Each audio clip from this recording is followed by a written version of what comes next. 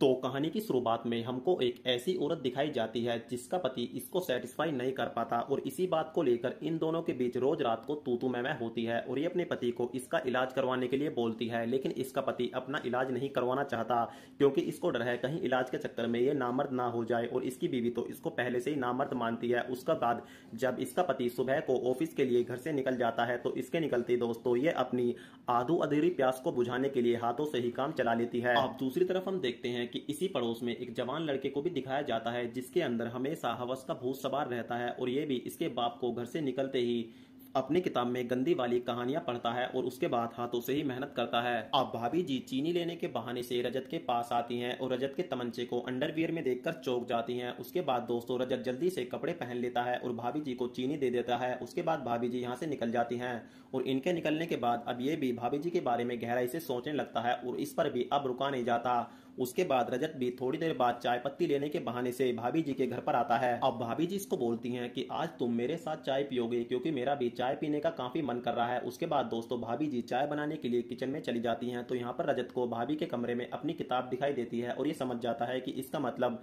भाभी को भी वो चाहिए जो मुझको चाहिए। उसके बाद दोस्तों वेब सीरीज का एपिसोड 1 यहीं पर समाप्त हो जाता है।